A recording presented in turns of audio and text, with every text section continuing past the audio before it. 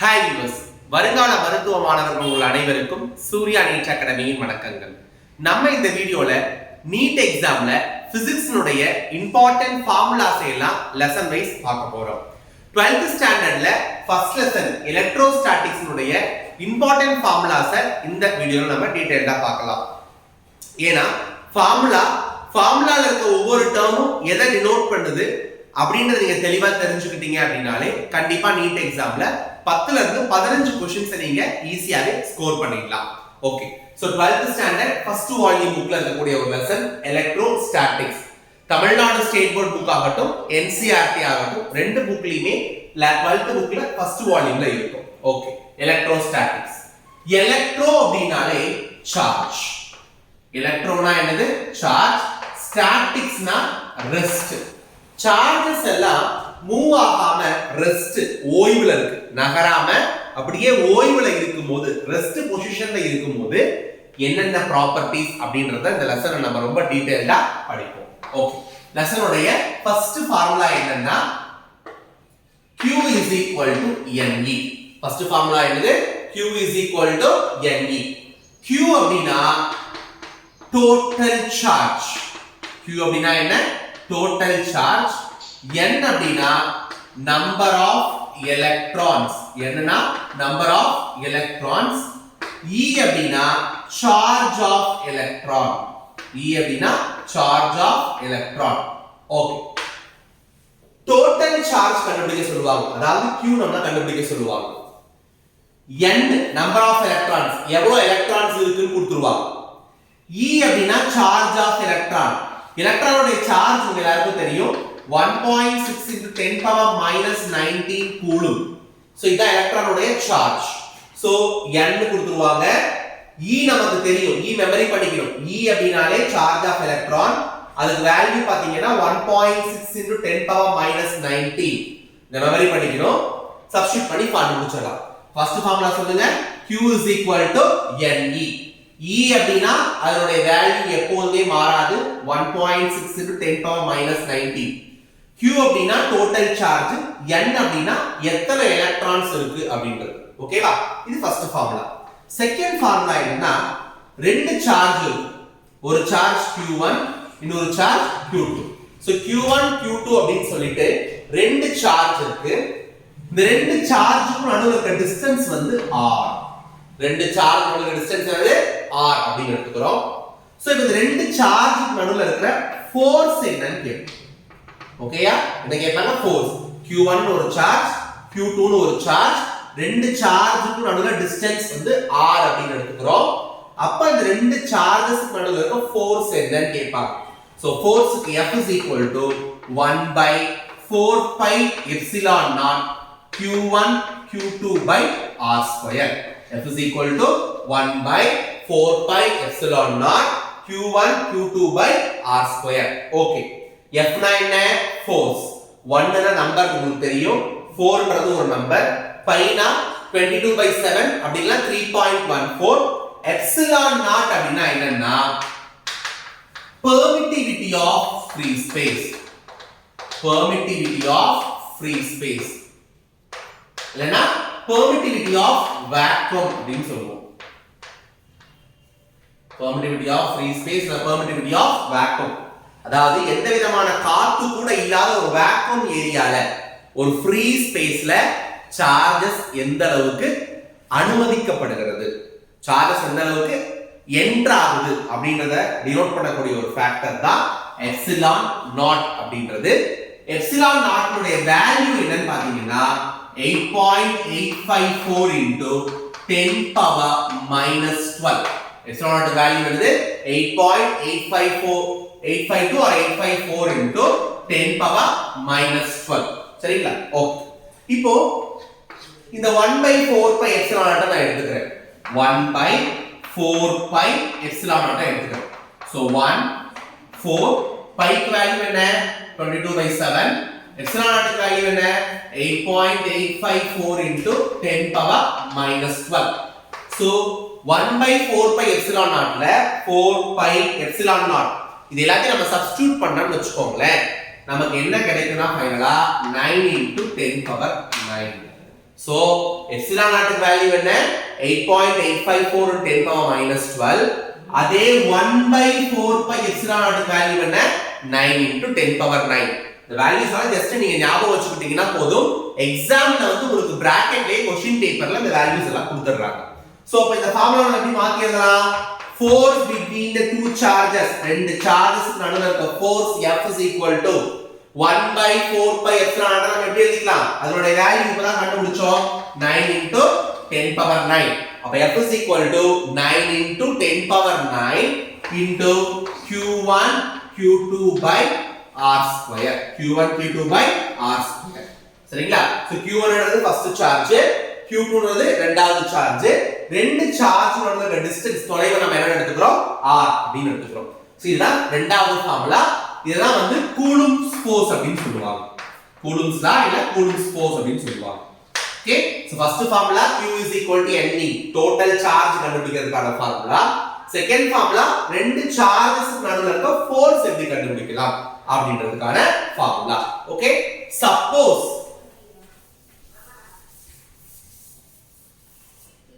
Q1 ன்னு ஒரு charge, Q2 ன்னு ஒரு சார்ஜ் இருக்கு. இந்த ரெண்டு சார்ஜ் நடுவுல ஃபுல்லா ஏர் இருந்துச்சு அப்படினா, ரெண்டு சார்ஜ் நடுவுல என்னதான் இருக்கு? ஃபுல்லா ஏர் இருக்கு, காத்து தான் இருக்கு அப்படினா, இல்ல காத்து கூட இல்ல வேக்யூமா இருக்கு அப்படினு வெச்சுக்கோங்களேன். ஃபோர்ஸ்க்கான ஃபார்முலா என்னன்னா 1/4 pi epsilon naught Q1 Q2 by R square. ரெண்டு சார்ஜஸ் நடுவுல வெறும் காத்து ஏர் தான் இருக்குன்னா இந்த ஃபார்முலா. சப்போஸ் ரெண்டு சார்ஜஸ் நடுவுல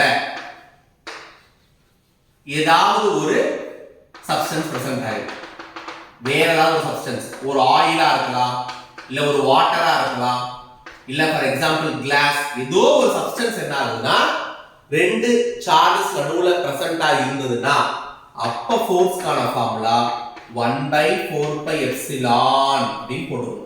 எப்சிலான் நாட் அப்படினாலே அது ஏர், காற்றுன்னு அர்த்தம். 1/4 pi epsilon னு போட்டு Q1 Q2 by R square னு எடுத்துக்கணும் ஃபார்முலா. சரிங்களா? இது ஏர்ல இருக்கிற ஃபோர்ஸ்.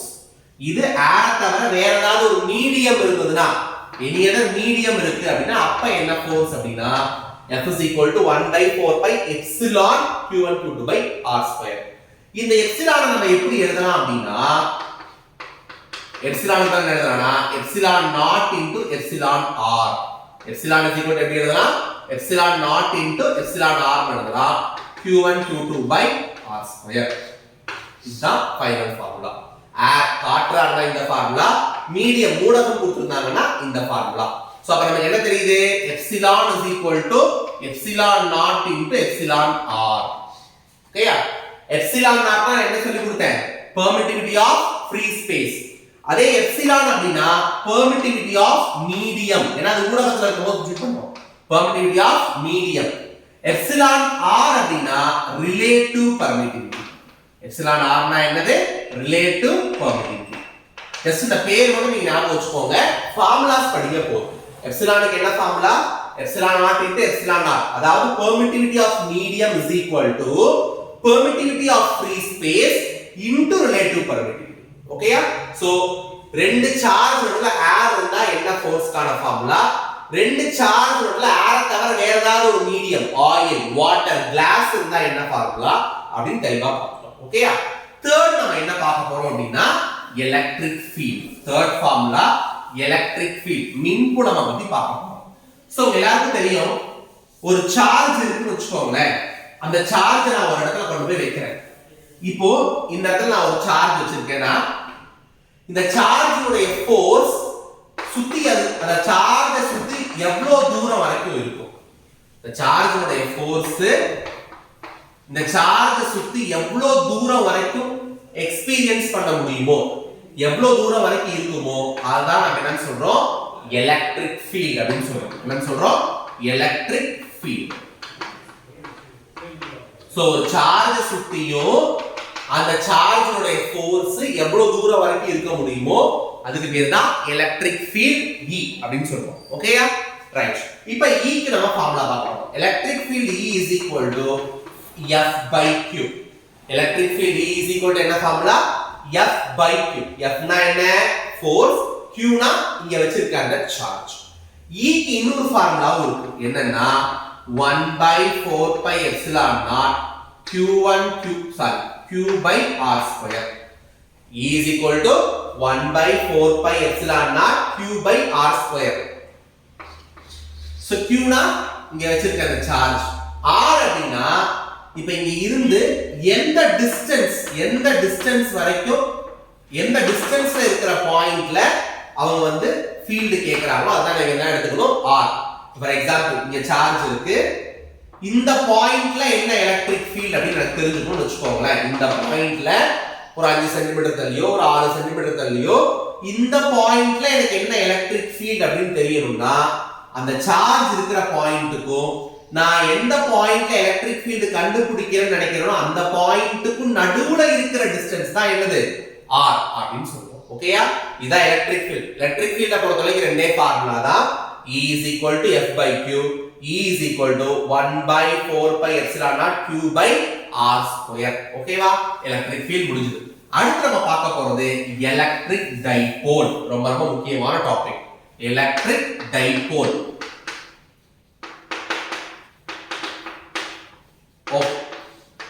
டைனால என்ன? ரெண்டு. போல்னா எண்ட்னா. அப்ப ரெண்டு எண்ட் இருக்கும், இதுக்கு ரெண்டு முனைகள் இருக்கும் அப்படின்னு அர்த்தம். சோ ரெண்டு எண்ட் இருக்கு. ஒரு எண்ட்ல -q அப்படிங்கற ஒரு சார்ஜ் வச்சுக்கிறோம். இன்னொரு எண்ட்ல +q அப்படிங்கற ஒரு சார்ஜ் வச்சுக்கிறோம். ஒரு சைடு மைனஸ் சார்ஜ், ஒரு சைடு பிளஸ் சார்ஜ் வச்சுக்கிறோம். ரெண்டுக்கும் சென்டர்ல ஒரு பாயிண்ட் எடுத்துக்கிறேன் O அப்படிங்க. ஓகேங்களா? இந்த -q க்கும் இந்த O க்கும் இருக்க டிஸ்டன்ஸ் வந்து d. அதே மாதிரி இந்த +q க்கும் இந்த O க்கும் இருக்க டிஸ்டன்ஸ் d தான். அதாவது சென்டர் பாயிண்ட்ல இருந்து ஈக்குவல் டிஸ்டன்ஸ்ல சமமான தொலைவுல ரெண்டு சார்ஜ் நான் என்ன பண்ணிக்கிறேன் வெச்சுக்கிறேன். ஒரு d இது ஒரு d. அப்ப இந்த ரெண்டு சார்ஜுக்கு நடுவுல என்ன டிஸ்டன்ஸ் இருக்குன்னு சொல்லுங்க பார்க்கலாம். இங்க இருந்து இங்க வரைக்கும் ஒரு d, இங்க இருந்து இங்க வரைக்கும் ஒரு d. டோட்டலா -q க்கும் +q க்கும் நடுவுல இருக்க டிஸ்டன்ஸ் என்னது 2d. ஓகேவா? -q +q ரெண்டு சார்ஜஸ் எடுத்துக்கிறோம். ரெண்டு சார்ஜுக்கு நடுவுல சென்டர்ல ஒரு பாயிண்ட் O ன்னு எடுத்துக்கிறோம். சென்டர் பாயிண்ட்ல இருந்து இந்த சார்ஜுக்கு இருக்கிற டிஸ்டன்ஸும் d தான். சென்டர் பாயிண்ட்ல இருந்து இந்த சார்ஜுக்கு இருக்கிற டிஸ்டன்ஸும் d தான். அப்போ ரெண்டு சார்ஜுக்கும் நடுவுல இருக்க டிஸ்டன்ஸ் 2d. ஓகேவா? இந்த மாதிரி ஸ்ட்ரக்சர் தான் நாம என்னன்னு சொல்லுவோம் டைபோல் அப்படினு சொல்லுவோம். ஒரு சைடு மைனஸ் சார்ஜ், ஒரு சைடு பிளஸ் சார்ஜ். இங்க பாருங்க, இங்க -1q இருக்குன்னா இங்க +1q தான் இருக்கும். ஈக்குவல் மேக்னிட்யூட், வேல்யூ சேமா இருக்கும். இந்த பக்கம் -q இருக்குது, இந்த பக்கம் +2q தான் இருக்க கூடாது. சமமான மதிப்பு இருக்கும். ரெண்டுக்கு நடுவுல டிஸ்டன்ஸ் 2d. இப்படிப்பட்ட ஒரு அமைப்பை தான் நாம என்னன்னு சொல்லுவோம் டைபோல் அப்படினு சொல்லுவோம். இந்த டைபோலுக்கு டைபோல் மொமெண்ட் அப்படின்னு ஒரு வேல்யூ இருக்கு. டைபோலுக்கு என்ன வேல்யூ இருக்கு? டைபோல் மொமெண்ட் அப்படின்னு ஒரு வேல்யூ இருக்கு. இதுக்கு சிம்பல் வந்து p. p is equal to q into 2d. p is equal to என்ன ஃபார்முலா? q into 2d. அதாவது ஏதாவது ஒரு சார்ஜ் எடுத்துக்கோங்க, பிளஸ் இந்த ரெண்டு சார்ஜ் நடுவுல டிஸ்டன்ஸ் ஆல என்ன பண்ணிக்கணும் நீங்க மல்டிப்ளை பண்ணிக்கணும். இப்போ dipole moment p is equal to q into 2d. இந்த ஃபார்முலா ரொம்ப முக்கியமான ஃபார்முலா. அடுத்து நம்ம என்ன பண்ண போறோம்னா ஆக்சியல் லைன். ஒரு டைபோல் எடுத்துக்கோங்க, -q +q. சென்டர் பாயிண்ட் என்ன? O. இந்த O -q ல இருந்து O க்கு என்ன டிஸ்டன்ஸ்? d. O ல இருந்து +q க்கு என்ன டிஸ்டன்ஸ்? d. அப்ப ரெண்டு நடுவுல பொதுவான டிஸ்டன்ஸ் என்ன? Total distance 2d. இப்படி ஒரு டைபோல் எடுத்துக்கிறேன். இந்த டைபோலுக்கு ஸ்ட்ரைட்டா ஒரு பாயிண்ட் P அப்படின்னு ஒரு பாயிண்ட் எடுத்துக்கிறேன். டைபோல் இருக்க லைன்லயே ஸ்ட்ரைட்டா P அப்படின்ற ஒரு பாயிண்ட் நான் என்ன பண்றேன் எடுத்துக்கிறேன். இந்த P அப்படின்ற பாயிண்ட்ல எனக்கு எலக்ட்ரிக் ஃபீல்ட் என்ன அப்படின்னு கேட்பாங்க. ஒரு டைபோலுக்கு ஸ்ட்ரைட்டா ஒரு பாயிண்ட் P ஒன்னு எடுத்துக்கிறோம். இந்த P அப்படின்ற பாயிண்ட்ல என்ன எலக்ட்ரிக் ஃபீல்ட் அப்படின்னு கேட்பாங்க. இதுக்கு பேர் தான் ஆக்சியல் லைன் சொல்லுவோம். ஏன்னா டைபோலுடைய ஆக்சிஸ்லயே ஒரு லைன்ல கேக்குறாங்க, அதனுடைய அச்சிலேயே நேரா கேக்குறாங்க. ஓகேவா? இந்த மாதிரி கேட்டாங்கன்னா E க்கு என்ன ஃபார்முலானா 1 by 4 pi epsilon naught 2p by r cube. E is equal to என்ன formula 1 by 4 pi epsilon naught 2p by r cube. 1 by 4 pi epsilon naught ஒரு வேல்யூ தெரியும் 9 into 10 power 9. ஓகே p னா என்ன இப்பதான் பார்த்தோம். p is equal to என்னது q into 2d. அப்ப இந்த p க்கு பதிலா நம்ம என்ன போட்டுக்கலாம் q into 2d. 2 p க்கு பதிலா q into 2d by r cube. டயகிராம்ல எது சார் r நீங்க மார்க் பண்ணவே இல்லன்னா r அப்படினா என்னன்னா டைபோலுடைய சென்டருக்கும் அவங்க ஒரு பாயிண்ட்ல எலக்ட்ரிக் ஃபீல்ட் கேக்குறாங்க இல்லையா அது ரெண்டுக்கும் இருக்கிற டிஸ்டன்ஸ் தான் r. டைபோலுடைய சென்டர் பாயிண்ட்க்கும் எந்த பாயிண்ட்ல அவங்க எலக்ட்ரிக் ஃபீல்ட கண்டுபிடிக்க சொல்றாங்க. ஃபார் எக்ஸாம்பிள் டைபோலுடைய சென்டர்ல இருந்து ஒரு 15 சென்டிமீட்டர் தள்ளி கேக்குறாங்கன்னு வெச்சுக்கோங்களேன். அப்ப r 15 சென்டிமீட்டர். அப்ப டைபோலுடைய சென்டர் பாயிண்ட்க்கும் அவங்க எலக்ட்ரிக் ஃபீல்ட எந்த பாயிண்ட்ல நம்ம கண்டுபிடிக்க சொல்றாங்களோ அந்த பாயிண்ட்க்கு இருக்கக்கூடிய டிஸ்டன்ஸ் தான் r. ஓகேவா? இதுதான் ஆக்சியல் லைன். டைபோலுடைய ஆக்சிஸ்லயே ஒரு பாயிண்ட்ல எலக்ட்ரிக் ஃபீல்ட் கேக்குறாங்க. இந்த ஃபார்முலா ஞாபகம் வச்சுக்கணும். அடுத்த பாயிண்ட் என்னன்னா ஈக்வட்டோரியல் லைன். நெக்ஸ்ட் பாயிண்ட் என்னங்க ஈக்வட்டோரியல் லைன். ஈக்வட்டோரியல் லைன் அப்படினாலே 90 டிகிரில இருக்கும். டைபோல் எடுத்துக்கிறோம். ஒன்னு மைனஸ் q இன்னொன்னு plus q. Centre point O எடுத்துக்கிறேன். மைனஸ் q ல இருந்து O க்கு ஒரு டிஸ்டன்ஸ் d, O ல இருந்து பிளஸ் q க்கு ஒரு டிஸ்டன்ஸ் d. அப்ப டோட்டலா ரெண்டு சார்ஜ் உள்ள டிஸ்டன்ஸ் என்னது 2d. d plus d 2d. இப்போ எந்த பாயிண்ட்ல கேட்பாங்கன்னா சென்டர்ல இருந்து எக்ஸாக்ட்டா 90 டிகிரில ஒரு பாயிண்ட்ல என்னன்னு கேட்பாங்க. புரியுதா? அதே லைன்ல கேக்குறாங்க அப்படினா அதுக்கு பேர் ஆக்சியல் லைன். டைபோலுக்கு மேல 90 டிகிரில ஒரு பாயிண்ட்ல கேக்குறாங்க அதுக்கு பேர் என்ன லைன் ஈக்வட்டோரியல் லைன். ஓகேயா? சோ டைபோலுடைய சென்டருக்கு அவங்க இந்த பாயிண்ட்ல என்ன வேல்யூ கேக்குறாங்க எலக்ட்ரிக் ஃபீல்டோட வேல்யூ. இது ரெண்டுக்கும் நடுவுல இருக்க டிஸ்டன்ஸ் தான் என்னது r. இங்கே அதான பார்த்தோம். டைபோலுடைய சென்டருக்கு அந்த பாயிண்ட் இருக்கிற பாயிண்ட்க்கு இருக்கிற டிஸ்டன்ஸ் தான் r. இங்கே அதேதான். டைபோல் சென்டருக்கும் அந்த பாயிண்ட் இருக்கிறது ஒரு டிஸ்டன்ஸ் வந்து r.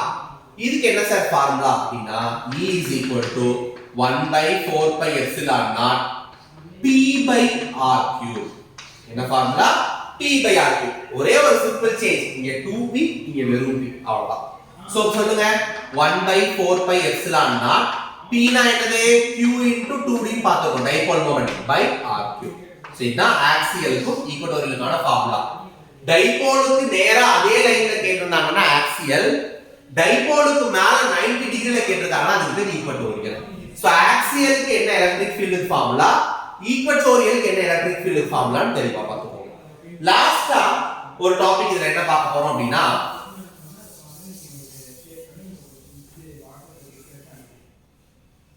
ஒரு டைபோல் எடுத்துக்கோங்க. இந்த டைபோல யூனிஃபார்ம் எலக்ட்ரிக் ஃபீல்ட்ல நம்ம வைக்கிறோம். எதுல வைக்கிறோம்? யூனிஃபார்ம் எலக்ட்ரிக் ஃபீல்ட்ல வைக்கிறோம்.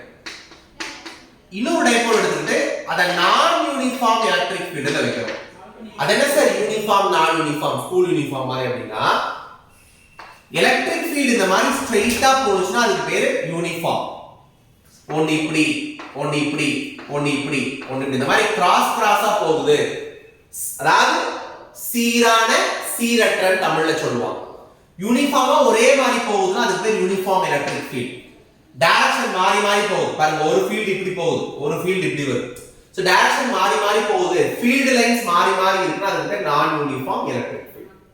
ஒரு டைபோலை எடுத்துட்டு அத நான் யூனிஃபார்ம் எலக்ட்ரிக் ஃபீல்ட்ல வெச்சேன்னா force is equal to 0. force என்னது 0.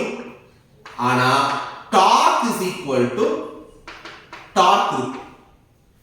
இந்த மாதிரி ஒரு டைபோல் எடுத்து யூனிஃபார்ம் எலக்ட்ரிக் ஃபீல்ட்ல வெச்சோம்னா force 0 ஆயிடும். ஆனா torque இருக்கு. torqueனா என்னங்க? Rotating force. சுத்தும்போது இருக்கிற ஃபோர்ஸ்க்கு பேர் தான் torque. அதே நான் யூனிஃபார்ம் எலக்ட்ரிக் ஃபீல்ட்ல வெச்சோம்னா ஃபோர்ஸும் இருக்கும் டார்க்கும் இருக்கும். ஃபோர்ஸும் இருக்கும் டார்க்கும் இருக்கும். இது நம்ம சிலபஸ்ல அந்த அளவுக்கு கேட்க மாட்டாங்க, இது மட்டும் தான் கேட்பாங்க.